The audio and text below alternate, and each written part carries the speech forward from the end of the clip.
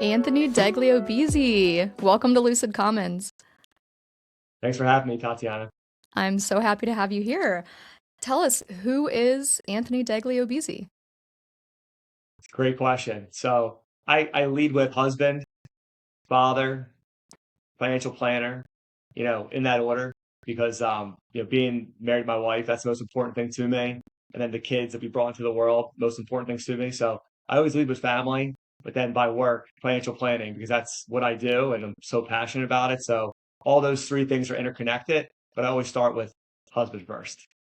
I know we talked about a couple things, a couple moments of clarity that you wanted to talk about, and one of them being tied to your roles as husband and father. Yeah, I know that clarity is important here, and it's funny. Like I look back on my life, and there you can always find little pockets that exist. You're like, all right, like I really like my eyes were opened up here. But for me, COVID was really big because you had me at home with my wife, and we were newly married. We had gotten married a few months before, back in the fall of 2019. And a lot of people during COVID, they didn't want to be with their significant other. They wanted to like they felt like they were cramped in. My wife always jokes, we loved it. And we loved being together. And as she would say, she's a big introvert, not being bothered by anybody. But all jokes aside, it was just real powerful for us because we were newly married. We had an opportunity to talk about like how we want our life to look 5 years, 10 years down the line. And at that point in time, we'd looked more into business ownership, what that looked like. And I'd always thought about getting into financial planning and doing that. It was one of those things where I needed the inertia almost to push me in that direction. And having COVID, being home, us talking through it, what our life would look like long term, what I could do, and the impact positively I could make financially in clients' lives. It became like what made sense for us. And then you fast forward about I would say the following year, 2021, I met the partners on my team here at Menasha Financial Group from a mutual old colleague who's working here now. And it's almost like I really am a big believer in the law of attraction. Things just come into your life when you need them, and the rest is really history. But it was that moment of clarity to start it with talking through things with my wife, Paige, figuring out where we wanted things to go. And when we visualized it, it almost just came right in front of us over time, if that makes sense. Oh, that's so cool. Yes, that makes a lot of sense. What about financial planning for you, and what about starting your own business? What was it about that was pulling you into that? So previously, I have been in the financial services industry for, I mean, now I guess this was it. We're in 2026, so it'd be 13 years this May since I graduated undergrad. And after undergrad, I've been in financial services in a number of capacities. I was over at Lincoln Financial pre-COVID and into COVID, and working on the long-term care space, which is insurance strategies for if you're older and you need healthcare and nursing home, all that sort of thing to keep it high level. And I came in contact with a lot of financial advisors because I was like the business to business sales representative. And like any industry, from healthcare, you're going to have people that are not great, average, good, and great at what they do. And I noticed a huge opportunity for more people that were great, that were passionate for their clients to enter the industry. So at that point, I knew I had to do it. And I felt like almost called to it, like it was something I needed to do because I knew that nobody would work harder for their clients than I would. And that I would be able to really just, fight for them, quite frankly, to make sure that what matters to them, I actually deliver on and help them have that in focus. So that became a big thing for me. And then, of course, life happens. You're kind of like things are happening. We have a wedding, we move, blah, blah, blah. But then COVID comes. And that's my wife and I really start considering it. And she's an attorney, so she's skeptical of a lot of things and wants to know the ins and outs of everything. So it took a while, but we arrived at it being a no-brainer for us. And that's really the rest is history. Maybe it sounds simple, but in the moments it felt like a movie almost of all the different twists and turns. But that's how it all originated. Can you say more about great? How do you define great? Personally, professionally, you noticed a need for more great, passionate professionals. How do you see great? I think great is putting the other person first, truly, like making sure that their needs are met. not your agenda or your needs. Like truly being in a situation, in my industry, we call it a fiduciary, but being that person who's going to deliver for their client. At the end of the day, it's funny. I saw a quote earlier today, and I'm not going to get it correct, 100% correct, but it was a quote from JP Morgan. And basically, the long and short was, I don't hire a lawyer to tell me what I can't do. I hire a lawyer to tell me how I can do what I want. And I look at that as financial planning as the same thing. I'm outcome focused. I want to know what my clients are passionate about, what they're looking to achieve, what matters value wise. And then from there, it's making the qualitative, quantitative work from my side and coaching them to that. That's what I think is great. And that type of thread can be applied to other industries as well. It's client focused, it's people focused, it's putting them first because ultimately when we serve and we get back tenfold. That's a belief I've always had. Do you have a client story that you can share that's de-identified of a time that you helped someone achieve their goals? So it's a great question. There's one situation, it's a little bit different, but I want to bring it up because I think it's really important and it shows the value of like coordinated planning. So we have a client that we work with who this is a couple of years old, this story now, but her situation was she doesn't really have a next of kid that she trusts to handle her affairs when she's gone. So we had to get involved like a trust company, and we had to get involved like disinterested party, excuse me, to be able to help handle all the inner workings of the trust creation, and our side handles the asset management. But for her, she came to us just completely stressed out about literally the most important things to her. And the one thing I think that's so important for service level professionals, whether whatever the industry is, but I'll speak through mine and the financial lens, when we're having conversations with someone, we're talking about the most important things in their life.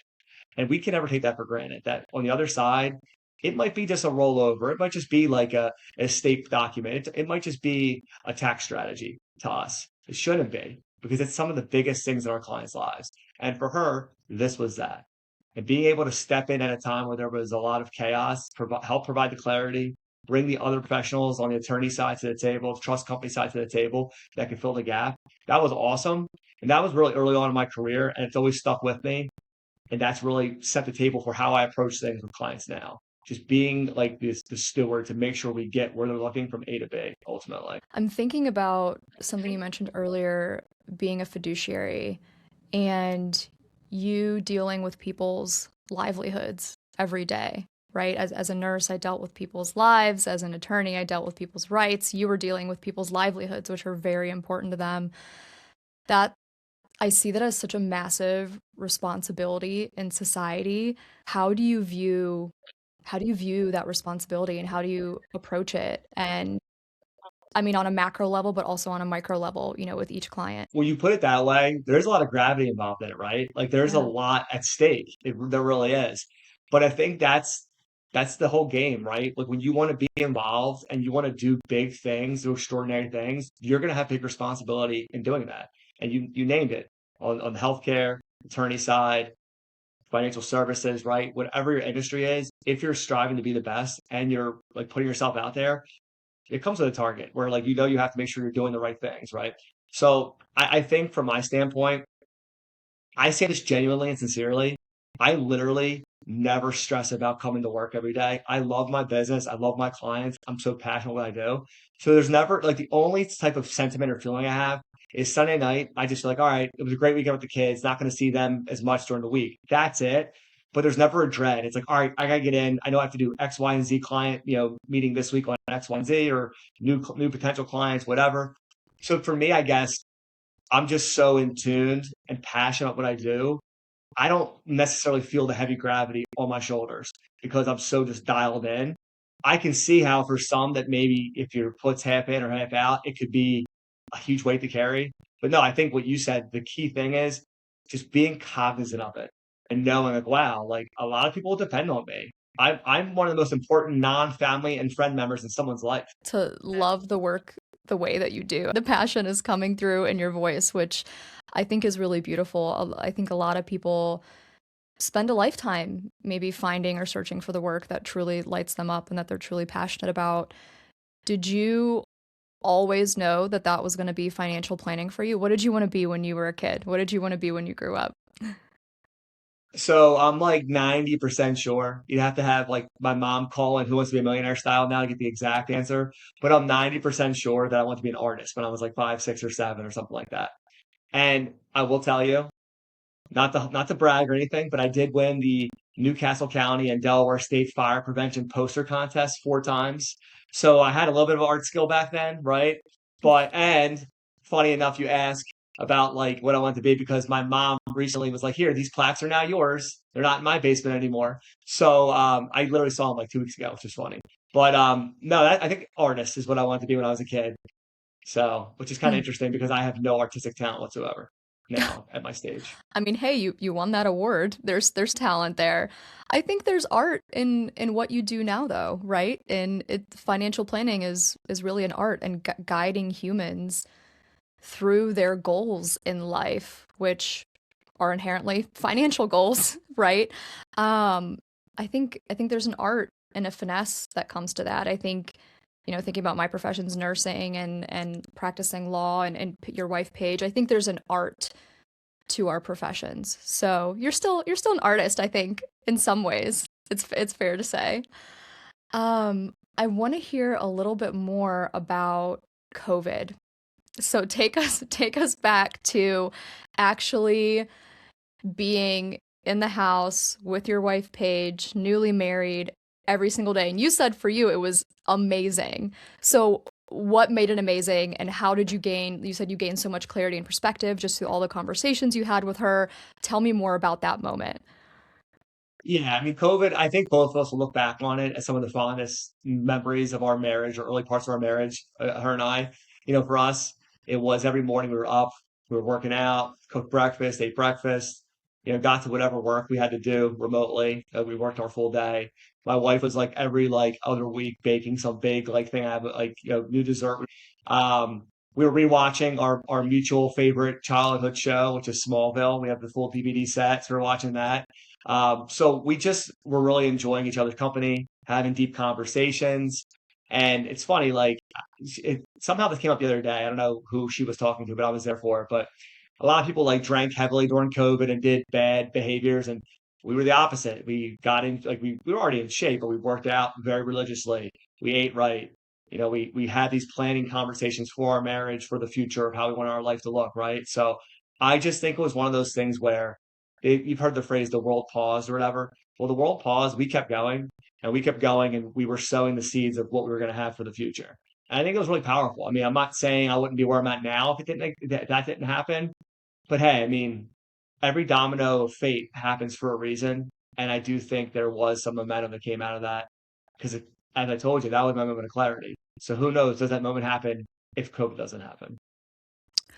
Was that moment of clarity excite I mean, with all the positive emotions that I'm sure came with that, and name them, I don't want to presume, but what what came along with that? What positive emotions, what negative emotions? Because I think sometimes we see these moments of clarity as an aha moment, like literally a light bulb moment, just the heavens open up and right? And then we see maybe the product or the outcome of those moments of clarity on LinkedIn or social media, the glow up on the other side of this sometimes Yeah. messy middle. I'd love to hear more about what you were feeling and actually processing through that moment of clarity that you had during COVID.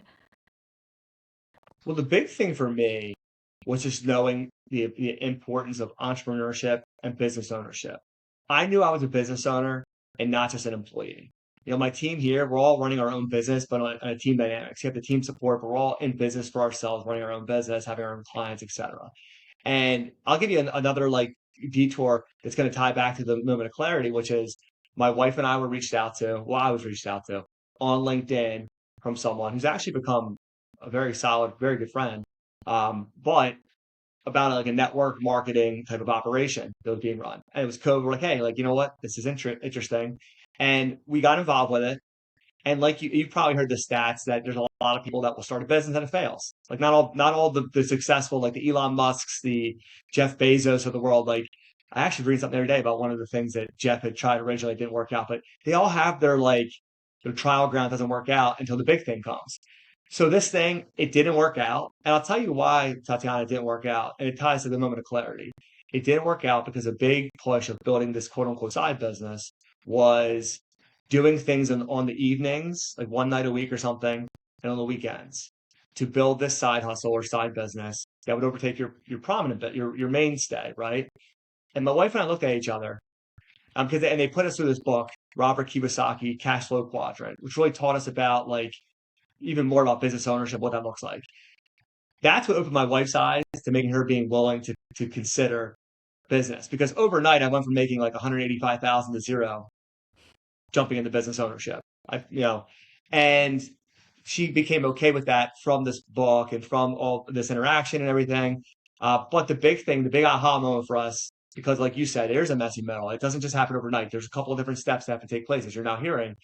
And what it was we're talking, and she's like, what's the point of doing this if we're gonna have freedom during the daytime to wake up at 10 o'clock and do whatever during the day, but our kids are at school or whatever, and then like we have to do stuff at nighttime or the weekends. Like I'd rather like we have a business where we have free time during the day when we want it, we're free at night and free on the weekends. And that's what pushed, and that's when she opened her eyes and reconsidered, yeah, financial planning is like you can pursue that. I say we because I look at everything as for us as a joint effort team.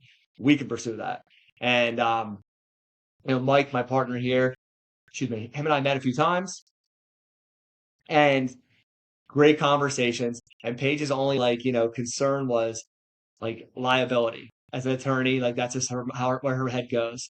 And everything was put to ease and it all worked out. But that was kind of how it all happened. And without COVID, without that opportunity for that network marketing thing, without Paige getting a taste of business ownership and realizing how it looks for her, how it looks for me as well, we might not be sitting here now, which is crazy to say. I'm wondering what you've learned about partnership in business through all that. Partnership with your wife, partnership with, your partner now. And I heard this quote. I don't even know. I heard it on a podcast once. I'm going to misattribute it. If you make a good deal with a bad partner, you'll always have a bad deal. But if you make a bad deal with a good partner, you'll figure it out. So I'm wondering what you can say about partnership, both in life, in your personal life with Paige, and your professional life in picking a good partner to do life or business with. Yeah. Well, let me start with business and we'll work back to Paige. Um, for business, I think values matters a ton. I'm a massive believer in culture and in pieces fitting together and people having commonalities and shared values. If you and I were doing a similar type of operation, we wanted to maybe work together, but our values couldn't be further apart. It's just not going to work. You have to have some sort of value prop in there, in my opinion, that ties together. You don't have to always be best friend with your partners, but there needs to be some camaraderie that can be built, some culture. At least in my industry, I think. I think in what we do in financial services, financial planning, you want a good office culture. You want people that are loyal, that have each other's backs. And I think that matters. So to your point, having the good people there, that is the starting point.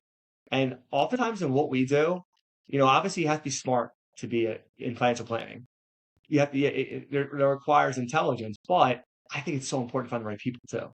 People that are loyal, hardworking. And Tatiana, I have a high standard for that because I know how I run my business, my clients. I'm like a psycho when it comes to like trusting referrals, like to do anything for my clients because I hold the shield and take everything personally. There's been a couple people that have dropped the ball for a couple of my clients this year, not in my office. I mean, like other service professionals. And I wear that because at the end of the day, it comes back to me to be the quarterback. So I think like good people, culture, that's what matters for like the professional things. I think you can get through the ups and downs if you have good people that care and have that like camaraderie, shared value. To spouse and family, I think it's the ultimate cheat code and ultimate hack to have found the right spouse. And I don't say that lightly. I know that there's probably a lot of people out there that haven't found the right person, or maybe they're with the wrong person. I don't know. But I'm blessed to say I am with the best person on the planet Earth. Like I literally met her, and the night I met her, I told my buddy walking home, I'm gonna marry her. That's how confident I was. And I know that the feelings are very mutual on her end, of how everything went down and meeting and all that. But it's just like having her support. She's a full-time, attorney. She's a mom. Like she's a superhero, what she accomplishes. And while we do everything 50-50, some days it's 60-40, or it's 80-20, or 20-80, or 40-60, right? Like we're tied in. Like there's a strict teamwork mentality. There's never a you did this, I did that. It's a teamwork mentality. She cooks, I clean the dishes. She's a big Cinderella fan, and she has a towel that says something about not cleaning dishes, so it's like our joke.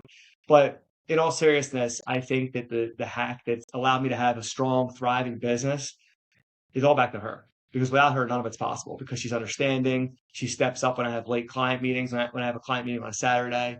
So I just think like you have to be selfless when it comes to having any type of partnership. But I think especially with a spousal partnership, it's actually going to be strong and everlasting. Yeah, I I would credit my spouse and the unconditional love and support and team mentality and the days that he gave 180% and I could only give 20%, right? With who I am today. So that's beautiful. I'm so happy that you've found your person and your partner in life. It's beautiful to hear you talk about her the way that you do. And reflecting on good and bad, and I'm thinking of the business situation that you and your wife had said yes to that didn't end up working out.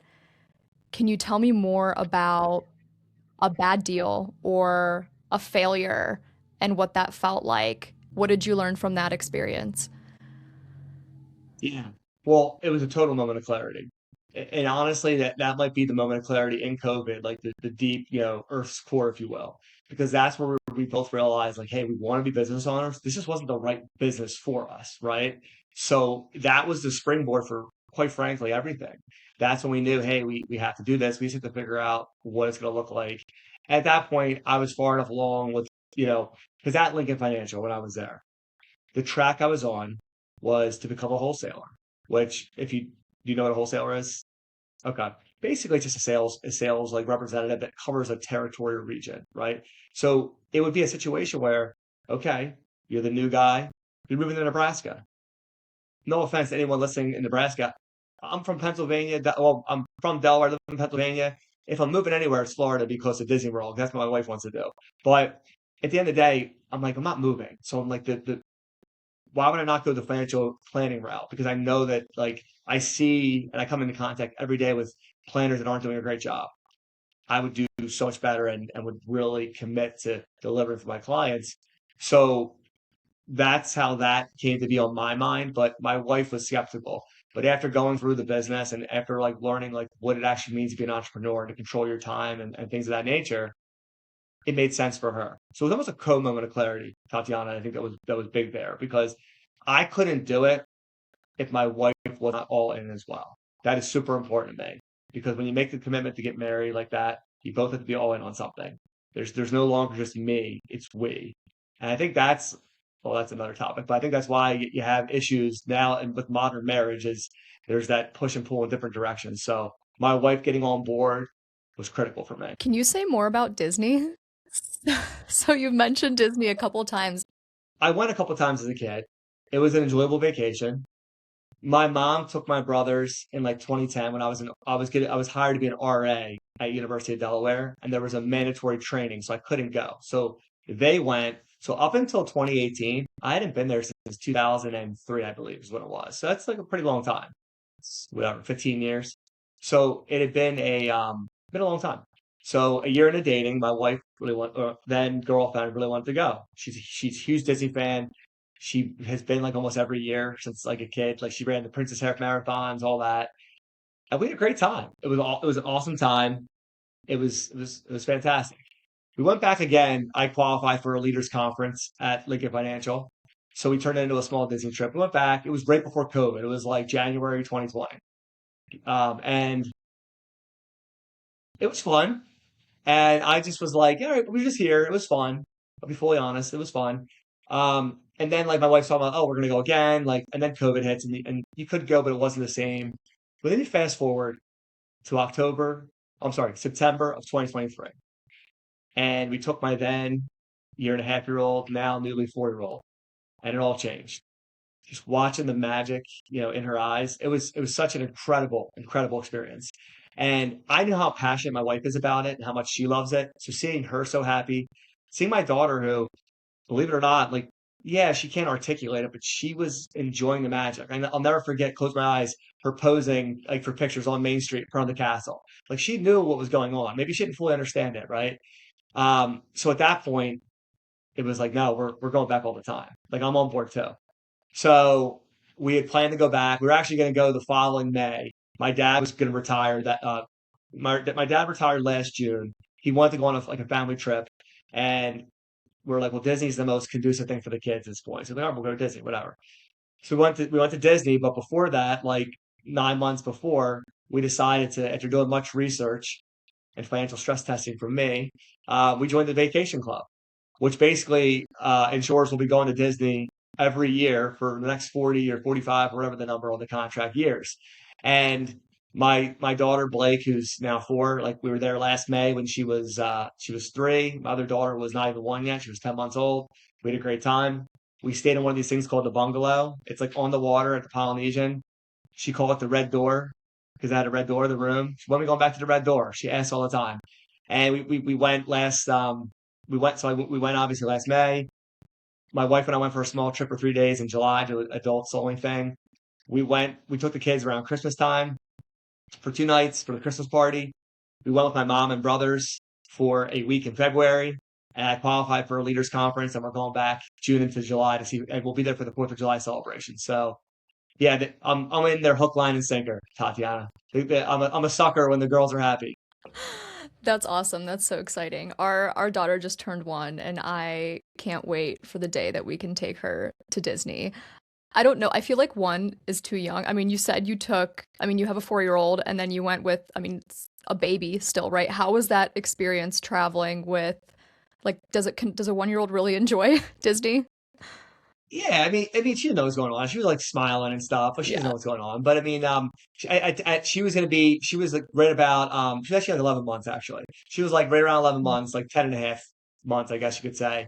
And she did well. It was very, like at that point, she could travel fine. She still bottle, Mm-hmm. but it worked. It wasn't bad at all. I wouldn't go lower than that. Like we see people there with like 3 months old. I would never do that.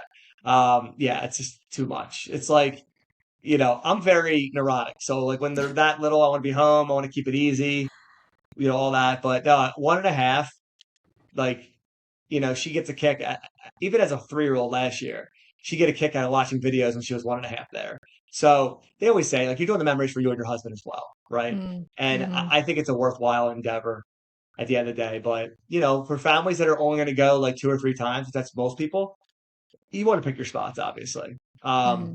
But we're not in that demographic. We'll be going a lot. So What is your favorite? I have so many more questions, so we need to make sure we don't go down a rabbit hole, but I want to no. know your favorite Disney story or Disney movie and your favorite Disney park.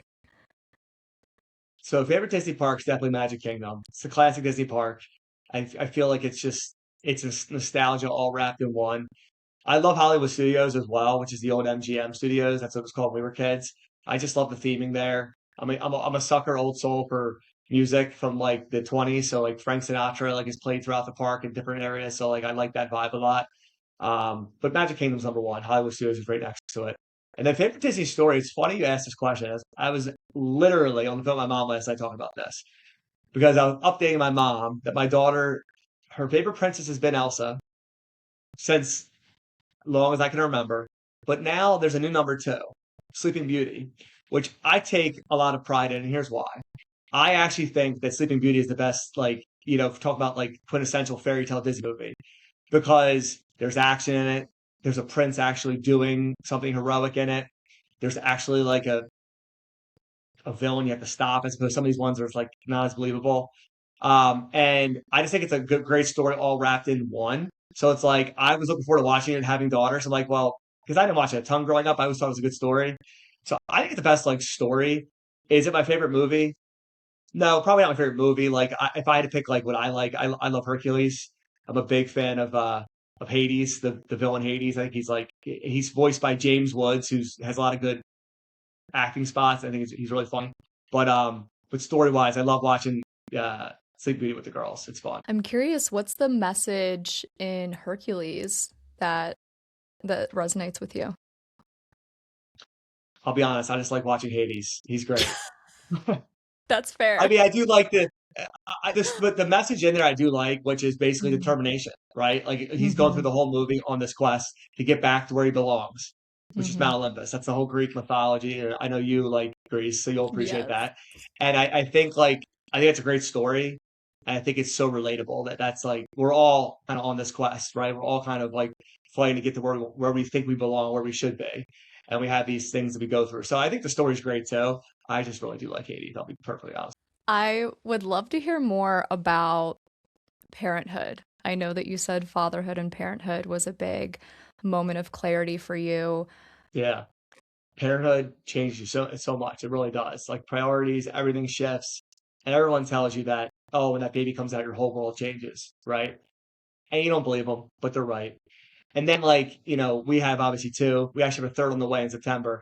And for us, when the second one, when my wife was pregnant with our second daughter, it was like how are we gonna love her as much? But no, they're right. Like she comes out, and somehow you find a way to love both of them just as much. So it's a cool dynamic. I think the big thing is with parenthood. My wife and I always said, and it's funny. I think it's pretty controversial. I actually did a post on LinkedIn about this. I don't know, maybe 6 months ago, 5 months ago, and it wasn't perceived as controversial. So maybe more people agree with me than I think. My wife and I always said we're our number one. We have to put each other first because at the end of the day, if we don't like if we're not the A plus spouse to each other, it's a trickle down effect. We're modeling for our children what you're supposed to treat your spouse like and what matters there. And also, look, we don't want to talk about you have a 1 year old, I have a soon to be 2 year old and a 4 year old. They're gonna get older and they're gonna move out and we're just left with our spouses. So nurturing that relationship is so critical. So like my wife and I've always been that way, but I will say it is so awesome having children and seeing the dynamic there. And I think the biggest moment of clarity for me, which has benefited my clients probably as much as it's benefited me and my wife, is my philosophy and outlook. I started in financial planning when my wife was pregnant with our daughter Blake, and a big focus for me and a big belief of mine is just the living life in the present. I have a very big belief in winning now and winning later. In the financial world, it's possible with good planning. In life, outside of financial, it's totally possible. The balance is so key. My daughter wants me to pick her up from school. I need to find the days to do that. I can block my calendar. Like I can do that. It's funny. Like yesterday, my wife was potentially going to have a work thing where she couldn't get her, and she had asked in the car if I could pick her up. And I knew that if my wife's thing didn't go, I had something I had to do. So I was like, well, we'll talk to mommy and see what's happening. When she showed up, she's like, where's daddy at? Why are you here? Was kind of giving her like the business. And she's like, well, daddy will get you on Thursday. But that's just so cool to me that I'm like, obviously take my wife out of the equation, that there's these other humans running around that I'm like the most important person to them. And it's so important that I make sure we're winning now. We're having the experiences. It doesn't have to be Disney for every family out there, but take the trips. And if you don't like to travel or do trips, the museum, like whatever matters, whatever's passion to you, pass the passions down to your kids and build that. We got to get back to it as a society to really nurturing and pouring in on our kids. And that's what I'm so passionate about when it comes to like winning now in the present with the kids. And that's what shifted for me. I really appreciate that perspective, especially because I'll share my husband and I have found it difficult to make the time to prioritize our relationship. We're still in that. Well, she just turned one, but that first year is really hard with your first one. It Totally. is destabilizing. It's a rough year. So, can you share the practical ways, and for parents listening, right? The practical ways that you can prioritize your relationship with your spouse and your partner after becoming a new parent or a second time parent or a third time parent. Yeah. So there's two things that stick out to me that I think that are really big. So thing one is going to be, and I'm gonna work backwards here on this. But thing one or thing two, I should say, if we're gonna go in that order, is giving. And I make sure I prioritize giving my wife time to herself, in the sense that she's working all week. She picks the kids up, she cooks dinner, she puts them down. If I'm not home in time, like she's in charge of all those things. That's just how we have our setup. That's what we both want to do. That's what our priorities are. Every other week, I take the girls. I know most people are familiar with Costco. We go to a place called BJ's, which is very similar, but I take both of them with me. And it turns into an hour and a half around the house. I used to rush, now I just slow down and I enjoy being at the store with them. And it's twofold. It allows me to be a present dad and have these special moments with them, but also my wife has time just to decompress and not feel like everything's on her shoulders, as it shouldn't be. So I think like find your BJ's, like find your moment where you can like take, and it might be your husband doing it for you, or it might be vice versa, depending on your dynamic, but find the opportunity to basically like free the other person up. And they're not, that the person's not going to be throwing a party. 9 times out of 10, my wife's either working out or, doing the laundry, but it's time where those little feet that she loves so much aren't like asking her a million questions, which we all love our kids, but having that time matters, right? Number one, which I got to credit a good friend of mine who you may know from LinkedIn, Matthew Korn, who runs Dad Esquire, which is an awesome, awesome lawyer community for dads. And I'm affiliated with them as a trusted provider. He had told me this several months back, and I love it. And I'm going to mold his thing with my thing that we've done before that we're not going to do. His thing is, I think it's like every other year taking a big trip with your spouse, like a week long trip. And I love that because it's something to look forward to, it's something to plan, and it keeps like you guys prioritizing you. That's something we're going to be doing, I think, at some point in the future when they're a little bit bigger. It's tough right now. What we do now, which I think is very doable, is we set aside one night and it's a date night. And it can be an in-house date night. And that's really what it is more times where we both get dressed up. I'm already dressed up coming from work anyway, but she'll get dressed up, put her makeup on, hair, all the stuff, right? And sometimes she'll cook, sometimes we'll do takeout. And we have like an in-house wet bar. We'll sit at the bar, we'll have nice music, no phones, we'll just talk. And it's, and we're already pretty good about that, Tatiana. Like we don't do a ton of TV or anything. It's a lot of just talking anyway on Friday and Saturday. But doing that once a month's huge. And then every other month, getting a babysitter and actually going out. That's something. And then the other thing, which we do now, is once a year going away for 3 nights or 2 nights or whatever. So we've done Disney together last year. The year before was a bed and breakfast. But that's something I think is key. So the once a month thing, at least even if it's at home, getting a babysitter and doing the other every other, and then doing a small trip once a year, and then eventually do Matt's thing, which I think is awesome, which is do the full week. But that I think is huge because it gives something to look forward to with your spouse. I wonder, and this is just where my mind is, in you talking about your partnership and your life with Paige and her being an attorney. I think of my husband and try to put myself in his shoes as being married to an attorney and being a partner in life with an attorney. And I am so curious about your perspective in being married to an attorney and the amazing parts of that, the strengths of that, and how that makes your teamwork stronger. But then I'm also wondering about the downsides of that in terms of communication. I know my husband and I have learned a lot about communication in the past year since becoming parents. And one of the things I think as an attorney, we get stuck in analysis paralysis sometimes and just picking apart every single teeny tiny little detail. Like, I'm so curious about your experience being partners together, becoming parents together, and any communication lessons maybe that you've learned from one another. It's a great question. So she's the whole reason I work with attorneys predominantly. She's the reason that like 70% of my clients are attorneys, just because of just being a part of that world secondhand that I am with her. And the big thing is the communication aspect. Sometimes she comes home and look, she's had a crazy day. She's in court, she was handling motions or grand jury or whatever she had going on. And it's just she wants to just kind of share it and decompress. And I know this now, but before I would be like, well, what about this or that? And sometimes it's just like, hey, let it breathe. Like let her share what's going on, right? And I think that's something that I learned early on, and that's what is important. Whereas for me, if it's the other way, if I'm sharing, it's because I want her input on something specifically. It's different situations, and knowing for her it's more cathartic and therapeutic to say, oh, this happened, this is annoying, blah blah. So I think like that's been a big thing. I think we go back to one of the things you mentioned earlier about responsibility and talk about responsibility that she carries every day. And talk about the responsibility like, you know, a big part of the, attorney space carries in general, depending on what they do. I mean, look, there's some things that the threshold, I mean, there's a huge responsibility in every part of it. But certain if you're like in charge of levying out punishment to somebody or in charge of major mergers or acquisitions or some of these big things, a ton of responsibility and a lot on your shoulders. So I know for her, it's a lot. It's a lot emotionally. She does a fantastic job at compartmentalizing it, but she's human and she wants to talk about it sometimes. I think the biggest thing is like, hey, just being a good listener.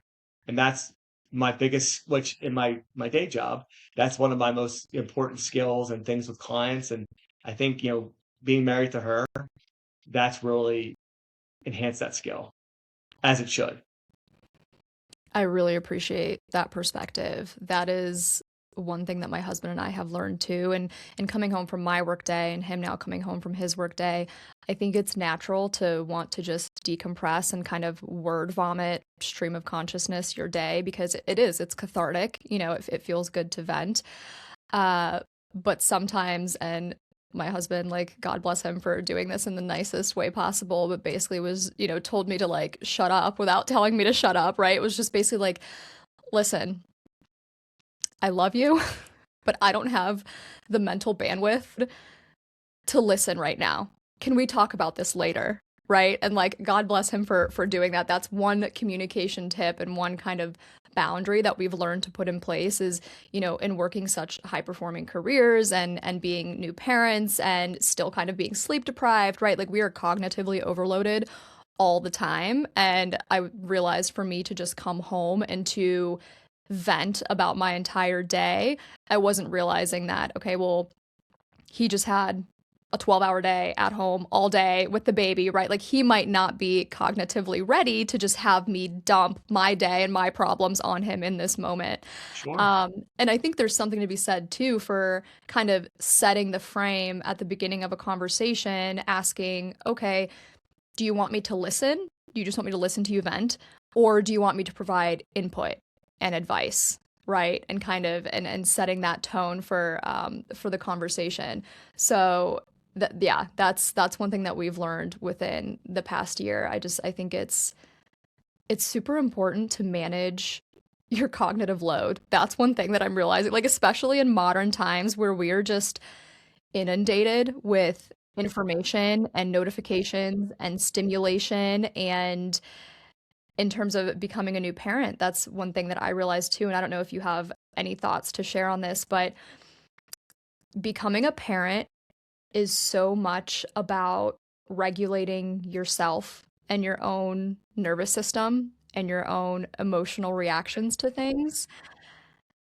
That's one of the bigger things that I think I'm taking away and maybe realizing and becoming a parent that, oh, maybe there's some work that needs done there, right? So I'm curious on your perspective and you and Paige becoming parents, and now you're going to be parents of three, which is amazing. Congratulations. Thank you. What have you learned about the identity transformation that happens when you become a parent? And, like you said, you and Paige come first, right? What have you learned about managing yourselves and your partnership and how that makes you stronger parents? Well, the emotional regulation thing you bring up is such a fantastic point, and it's the truth. It really comes down to how we react to things. And I think that's probably one of the biggest weights I carry every day because we're modeling for them how they should be reacting to things. We can't react one way and expect them to react the other way. they only know what they see. So how they react is it comes back to us, and like we don't want to hear this sometimes, maybe, but when you have problem children, like if you remember kids back in school that were kind of mean or had issues, it all goes back to the parent at the end of the day, right? So that's a big responsibility. I totally agree with you. And it's tough. Like you're taxed mentally from work and then like this, it can be tough. We had our worst day with the girls ever last Saturday. They just were not listening. We actually did fantastic. I'm very proud of both my wife and I. We didn't have any like, we had our emotions in check, right? But they were just like getting crazy. But they're kids. They're going to be crazy. That's the point. Like they're allowed to be crazy. We're the adults. I'm 36, she's 34. We have to keep it together. So I think that's like an important thing. But like when it comes to like relationship and stuff, it's stepping in when the other person is fried, right? It's like I think that matters a ton because it's almost like you know in like baseball. Right? Are you a sports fan? I want to use a sports analogy. Football more than baseball. All right, well, football, like it's just like at the end of the day, maybe the team's down big, the quarterback's like doing really bad. You bring a relief guy in to try something else, try something different. Similar mentality there sometimes where you might have a situation where my wife's just like tapped out, and I come in and daddy's here. Oh, this is this. I want to talk to daddy now, and then they're good. So sometimes you need that like that change of vibrations a little bit to shake up what's going on, and that's important. And there's some nights where if I don't have a client meeting, but I was at the office taking care of some this, that, or the other, and my wife says, "Hey, any chance you come up earlier? It's been crazy." I'm gonna get home because I know that's her way of saying, "Hey, like need some help here." So I think it's just being a present partner for those moments because it's an ebb and flow. But then also the key thing is like keeping in focus the responsibility of modeling the behavior of the kids. I think part of that is finding the humility and practicing humility and saying, I need help. For me, I know that was a big lesson in becoming a parent is I think too, I mean, there's that aspect of like societal pressure and you're just supposed to know, right? And you're supposed to just have all the answers and have it figured out and to just be a good parent and to know how to do it, right? But there's no manual. Like we don't know. We're literally making it up as we go. And again, just having the humility to say, I need help. I know, like, when I was pregnant, I read like 10 different books about parenting and babies, thinking that I was going to like teach myself all the things that I possibly could about being a good parent. And then as soon as she came along, everything went out the door, and you're just like, oh my God, we are in survival mode. We are just doing the best we can every day, making it up as we go, building the plane as we fly it. Um, and again, I think just being able to say I need help is that was just so important for me and my husband. We came up with a code word for this, Serenity Now. I don't know if you've ever seen the episode of Seinfeld, but we Of course. say when we are truly, I mean, like truly at our wits' end, like there's been nights where, she's teething and she's been crying for like 2, 3 hours and we're beside ourselves, right? We say serenity now. And that is like our key code word that, okay, I need help. I am at my wits' end. I need a break. And I guess thinking about it now, it kind of bypasses the words I need help, but it's just, I think, a light touch way for us to be like, hey, Absolutely. No, yeah. I totally get that. The sleep is tough. That's the only thing that I struggle with is the sleep deprivation. I'm not good with that. I'll be honest with you. Yeah, no, me either. I think within those first couple months, somehow your body adjusts and you're like, okay, like this is what we have to do. We have to operate well on 4 to 5 hours of sleep, if that. But now we're getting to the point where I'm like, okay, I can't. That's not sustainable for a, a long period of time. I mean, any sleep tips that you have, totally open to that because we have found ourselves in that predicament. I don't know if you did this with any of your kiddos, but where she needs a bottle in order to be able to fall asleep. That's her comfort. Uh, That's soothing. I that know. is You tough. say, like, okay, so tell me about it. Is that something that you've encountered, or what sleep tips do you have for new parents out there? It's funny. I've suppressed so many of these bad nights. I'll be honest with you, but I mean, our second daughter did better than our first daughter. Our first daughter was tough. Like she would just cry for hours sometimes, and it was tough. Like I got to the point where I would just sleep on the floor next to the crib just because it was just like it was easier. Um, but I mean, the only advice really is just like to keep your head down and plow through because eventually they do sleep. I mean, it's not forever, but there's nothing that really that people talk about that husher thing. That doesn't work. The shush, you know what I'm talking about? Like that, it's like a orange and white thing. That was We useless. we I had heard purchased a about putting a shusher. half a shusher. I had Yeah. heard about putting half a lime under the bed and or a crib, and that does something. None of those like voodoo thing works. I do know that we read recently since our children have slept that after doing a bottle at nighttime, you should hold them upright and like try to burp them for like 10 minutes before putting them down. Because even if they've already burped and don't need to be put down, there's some sort of thing there where putting them down prematurely and having them not be set asleep, they can wake up quicker. So that's my big commitment with our next child is I'm gonna like even though it's annoying in the moment because I want to go to bed, I'm not gonna roll the dice anymore. I'll sit there for 10 minutes. And I used to it's funny though. What I used to do is put podcasts in and like listen. So I felt like I wasn't like so I felt like I was doing something to help pass the time because they're at that age they don't know what's going on. They're just feeding the bottle, right? Um, I mean, my biggest concern is me falling back to sleep. 'Cause that's always hard. It's hard for me to kind of wind down and fall asleep. Mhm. Yeah, I second you on the podcast. My husband and I both usually have one AirPod in, like just listening to something to pass the time. Um, okay, parenting. What other moments, micro moments of clarity, a macro moment of clarity that you've gained since becoming a dad? I know you talked about just the importance of prioritizing you and Paige and your relationship. What else have you learned about what it means to become a parent? So you had asked earlier, and I don't think we jumped too far into this, but like, what was it like before I had kids? Mm, mhm. And before Paige, it will even say, and before that, it was like, I think my life was more aimless. I always have, been in the finance industry. I've had a good job, like on paper, made solid money, all that stuff, right? But I was like the classic living for the weekend, right? Like, oh, like I cared so much about sports. Sports are cool, I guess. Or I cared so much about like going out. Where are we going to happy hour on Friday night? What are we doing, right? And I look back and it's just like the purpose I have now in life, it's just so different, but I wouldn't change it for the world. Like I love where my life's at now. And it's really powerful when you like know that you're exactly where you need to be in life and where you want to be. And the one thing my wife and I think do very well, I don't know if other people are doing this too, but I think we're very good at it, is realizing that we're in the great moments right now. And to some family members' disdain sometimes, we're very crazy about how we allocate our time. We don't want to have every single weekend booked up with something.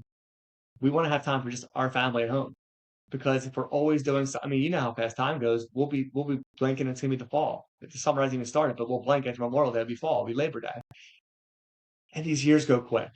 So it's important we have the time with just a family of we'll be family five in September, or our family sometimes. Doesn't mean I don't love my mom, my dad, my brothers, her in-laws, whatever. And sometimes that's not well received. But we always the big thing for our marriage is keeping us and our kids the primary number one priority, and that gets us through it. I think that's been the clarity because I didn't realize that until I didn't realize I'd ever be sentimental about the moments now and being focused on them and what that means. So, I had seen something on Instagram. I'm not going to know the quote exactly, but you'll appreciate this.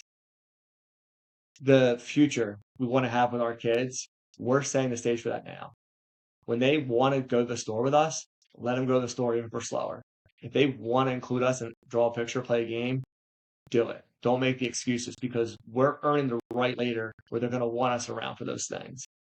I treat my phone like a back in Catholic high school where I have to hide it. Like I don't want her seeing me on my phone. I Either of them. I want them to know that when they're there, they're the priority. And I am a huge sports fan.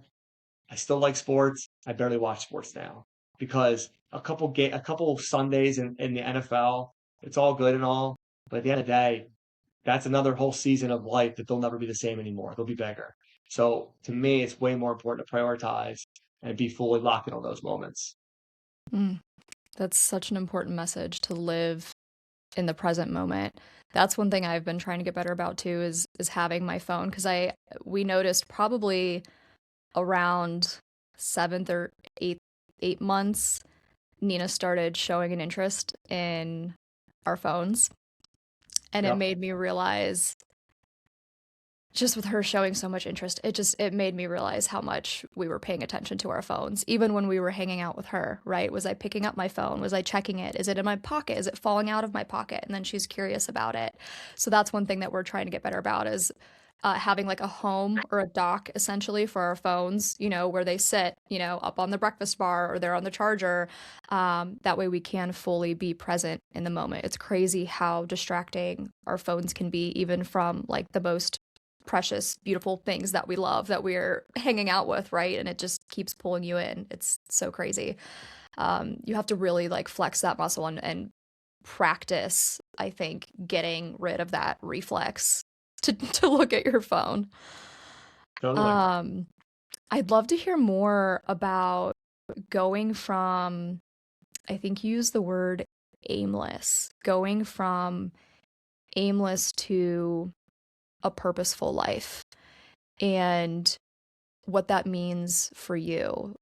I'll share one thing that I've been reflecting on is how before becoming a parent, I was somebody who was very driven by impact and wanting to help people and have an impact in other people's lives and have an impact in the world, do good, put good out there, and have a meaningful impact in the world. And for me, I think the biggest shift has been, although I still care about that, that's not the primary thing for me. I care about making an impact in her world and in my family's life, right? So I'm wondering just what you have to say about that shift from maybe a lifestyle that was aimless to a lifestyle that is very purposeful, and how you can find purpose, how two things can be true at the same time. You can find purpose in your work and be lit up by your work, but you can also find purpose in being a parent and a dad and a husband and being there for your family. Can you say more about that? You said it so perfectly right there. I mean, that's the whole deal for me at least, because I've always loved my life. I'm very blessed. Great family, great friends. Before I met Paige, I was living in Philly. I met her in Philly, but lived with my buddies from college. Had a great time. It was awesome. It's a time in my life I'll always look back on with a lot of fond memories. But the difference was I was going to work every day. I was coming home. I knew it wasn't like my end all career. Like I knew this wasn't what I was going to be doing for the next 30 years, right? And even on the weekends, it's like if you look back on it now on a macro level, it was uh, a means to an end. I wanted to meet my future significant other. I wanted to meet my spouse, my wife. So like I did that. So check that box. It's awesome. But like there wasn't a lot of like it was a lot of empty calories. We'll say right. There wasn't anything purposeful or substantial happening. It was like all right, going to work, going out, rinse, repeat. Right. So the difference now is I come to work, genuinely love what I do, passionate about it. I'm like I have awesome clients. I love who I work with. I'm at a point now where I'm picky about who I work with, which is great. Like I'm only onboarding, attorneys that, personality wise we fit and that we're gonna mesh. And I love that. I'm blessed that I'm at that point now.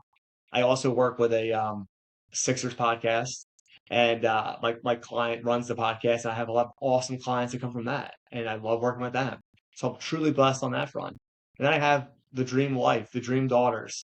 We'll have the dream son one day. Like it's just like everything in my life is great, and it didn't happen overnight or by accident. It's because of the time spent on both, the direction, the intention behind the direction, and I go back to the law of attraction. Like you have to really, you know, psychologically have a mentality and a positivity that's going to spill out into your life. And that's really what my wife and I've cultivated. We're really big on positivity. And if you're a negative person, or if we feel like you're hurting the energy of what we're doing, you're going to hear from us less. That's just how we do it. And I'm a big creature of habit. I wake up, I pray, I meditate, I read a little bit, I work out. I do these things because it sets my mind for the day. And I know that if I'm not positive or I'm not approaching things with like a abundance mentality, it's not going to go well. I'm going to be off track. So I think that, again, just kind of wrap it around this again, you can't just be at a place where things are bringing you meaning. You have to actively want and seek them and sustain them. So that it's not like a candle that goes out and you're left with just, no more light. Mindset is everything, especially in today's day and age where there's so much negative stimuli out there and so much negative information trying to come into your consciousness. I think to combat that, like you said, just having a positivity mindset. And I know there's some neuroscience behind this, right? You have the reticulating active hold on, reticular activating system in your brain that literally operates as a filter for what you allow to come into your conscious thought, right? And when you have a positive mindset or growth mindset, those are the things that you are going to see, right? So I know there's some neuroscience behind it. I'm not too familiar with the law of attraction. Like my understanding of the law of attraction is if you are putting good and positivity out into the world, that's what's going to boomerang back to you. Am I oversimplifying it, or do you have more to say on that? That's how I look at it too. I mean, like that's the simplification version of it, but it's just like I've always used the phrase like will it into existence. That's always been my way of like describing it. I've gone back to before I'm at page, think of that way. Like you have to think and want it to happen and it will happen type of thing. Like things don't just happen. Like you don't just get lucky. You make and create your luck of what life, what comes back to you. So I think you have to put that out there for it to come back. That's how I really think about it. So like you're not gonna just get lucky. Oh, I woke up and my business is doing well. I woke up, my wife loves me. I mean, it's not just gonna happen. Like it takes time, effort, intention. And, like to your like definition of how you said it, think about it. Putting out in the universe is going to bring back like the same type of energy and frequency. So if you're negative, you're going to want to be around negative people. You're going to want to hang out with people that are just, not thinking or like they're self-fulfilling your prophecy of what you're thinking about, right? Whereas you want to hang out with people like, in my office, one thing I'm blessed about, right? I could open my office door. I could look around every corner of the office and there's somebody who's been doing this longer than me who at this point is more successful than me. And I love that because the whole iron sharpens iron. You're the Mm. average of the five people you're around the most. That's been huge for me. And I come from like my family. My grandfather started a mechanical contracting business over 60 years ago in Delaware. My uncles, down to my dad, have been president of it. My dad retired last year. My godfather's now president of it. My cousin will eventually be president of it. So I have entrepreneurship and business in my blood.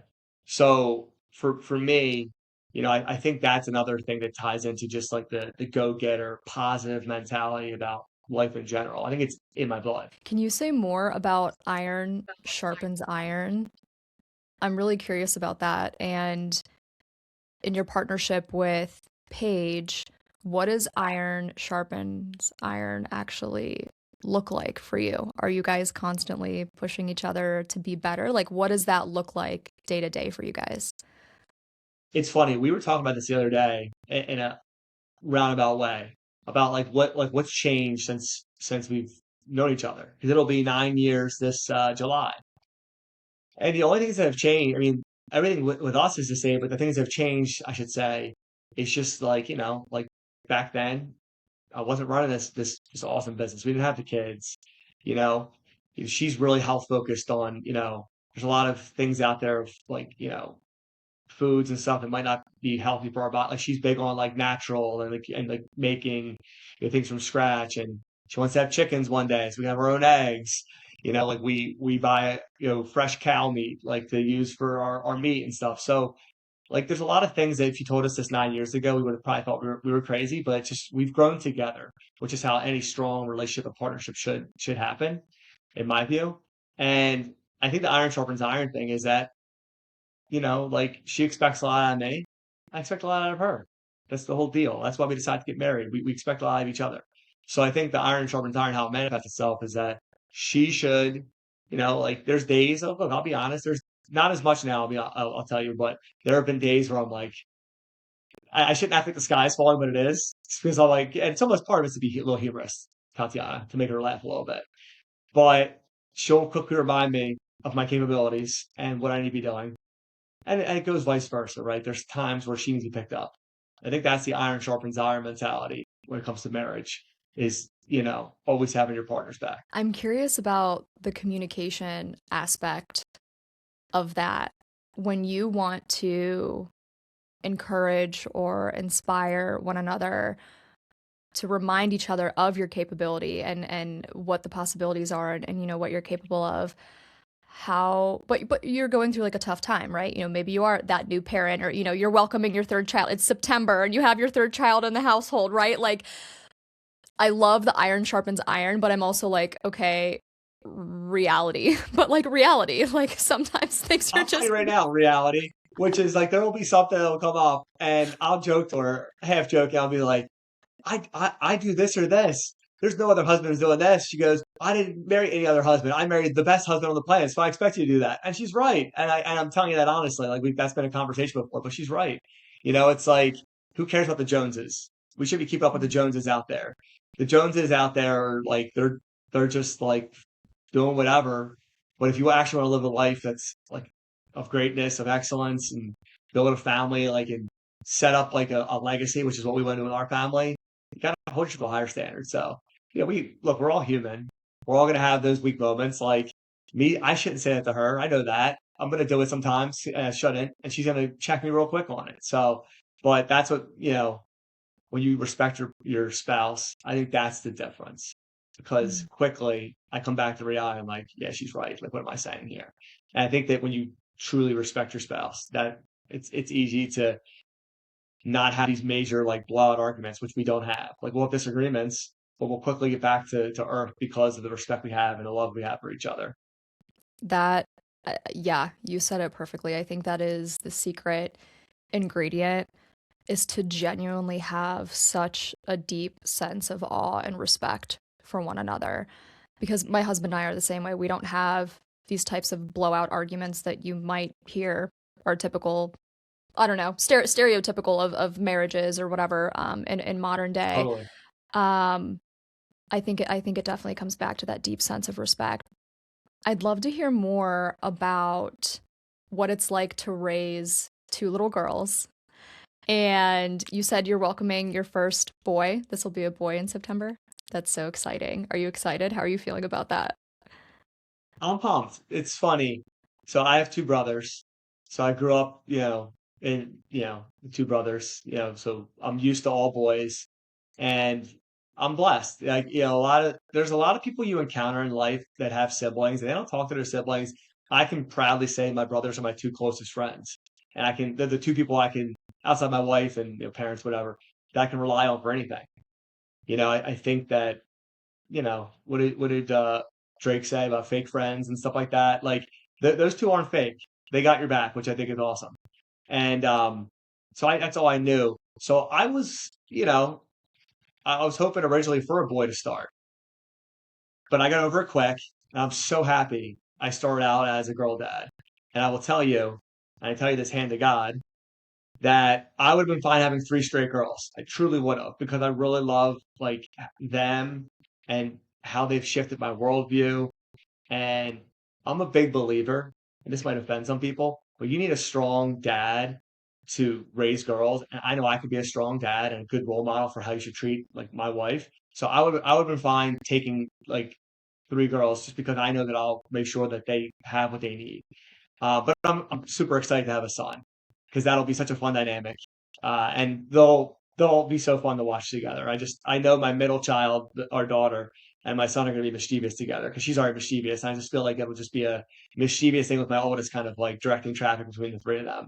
But yeah, it's being a girl dad has been awesome. Just being able to, I don't usually say I'm not big on using the girl dad, boy dad like framing, but I just think that having daughters is such a cool experience and getting to learn that perspective and not having sisters myself, getting to really like, I don't know, it's fun. It's fun experiencing something new. And I wouldn't change that for the world, honestly. What is one thing that you want to teach your kids about life? We don't even have to stick with like the clarity theme or lucidity, anything like that. What would you want to teach them about life, and what's the legacy that you would want to leave for them? That's a great question.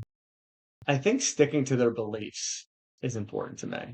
And hopefully, it's the beliefs that we raise them to have. And I think that's really important because in a world where there's so much noise that can derail you and get you lost and detour you, I want them to grow up. I want the fire they have now and the passion they have at their respective ages now. I want that to continue to go. Doesn't matter to me what they want to do. They don't have to come to what I'm doing, but I just want there to be, them, going into the world one day. We've done our job, and they're able to look around and be like, well, I don't know what these other parents are doing, these other people that are my age, but I know our parents like really took care of us. So that I think is the biggest thing. I have been curious. I've been like staring at this the whole time to anchor myself, but I'm curious about the image that's framed in the background that says perfect. Can you talk to me about that? What is that? So there we have the newspaper from when the Phillies won the World Series back in 2008. So that was, I think it's the News Journal in Delaware, I'm pretty sure. So had that like framed a while back, and it's just it's one of my favorite sports memorabilia things, if you will. So it's yeah, it's my backdrop. So I don't know. There's no hidden psychology to having the word perfect behind me. Trust me. Yeah, yeah, I love it. It's just there to just celebrate the moment and to just remember the moment. Yep, That's beautiful. absolutely.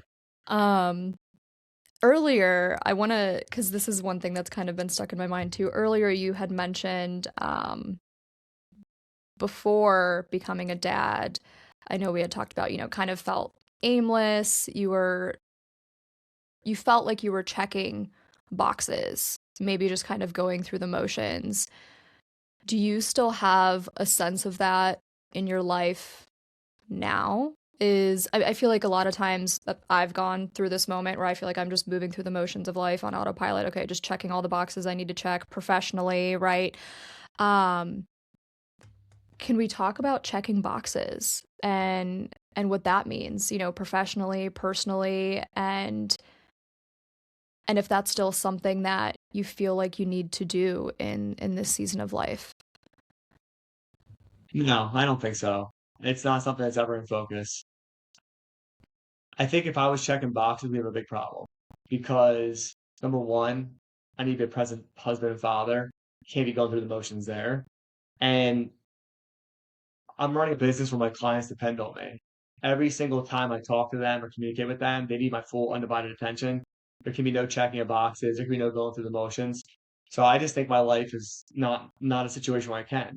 What I will tell you is that there are moments, and I am, I'm pretty extroverted, outgoing, all those things, but I do like the weekends. I do like the evenings where I can just sit and relax. Because I will tell you, my days are go, go, go. Oftentimes I'll have 5 to 7 Zoom meetings a day that I'm hopping from one to the next to the next. And I love it. Don't get me wrong, I do. But it is nice to kind of just sit down at like 8 o'clock at night, just relax, talk to Paige for a little bit, whatever. So I think that is that's my unwind, right? But no, I'm definitely not going through the motions. The only time I would ever say that was the case is maybe those late nights, Tatiana, but no, trying to get the baby to sleep. You're just trying to survive in advance. Other than That's that, Yeah, that's so relatable, 1000%. Just checking the boxes, doing the things that you need to do, get the bath, get the milk, get the jammies on, down to sleep, and then yeah, no, that's yep. so relatable. I would say yeah, in this season of life, that's a time when I'm also on autopilot, just trying to get through the moment. Well, I want to ask you in closing. So this is a question that I ask every guest, and I want you to finish the line because I knew you. So if you've ever seen Wicked, the line is because I knew you, I have been changed for good. And the inspiration there is just to think of someone that you have come in contact with in your life. It can be Paige, it can be one of your brothers, a colleague, a stranger, someone who has touched your life in a way, whether they said something to you or did something for you, and it changed how you view yourself or how you view the world or gave you a new perspective on something, um, and reflect on that person and on that moment and finish the line because I knew you? Definitely would say Paige. Because I knew her, my life has meaning. And not to say my life didn't have meaning before her, but just the ultra enhanced version of that. Being able to become a husband, become a father, have this great business, it all goes back to her. Without her, it's a totally different timeline. We don't know what Anthony Degli Obizzi Jr. is up to. But because of meeting her and the decisions that followed that, I'm living like the life that's quite frankly like couldn't ask for anything more. It's like everything right now is perfect. So I because I know her, I have meaning. Thank you so much for the gift of this conversation, Anthony. Until next time. Yeah, thanks for having me, Tatiana.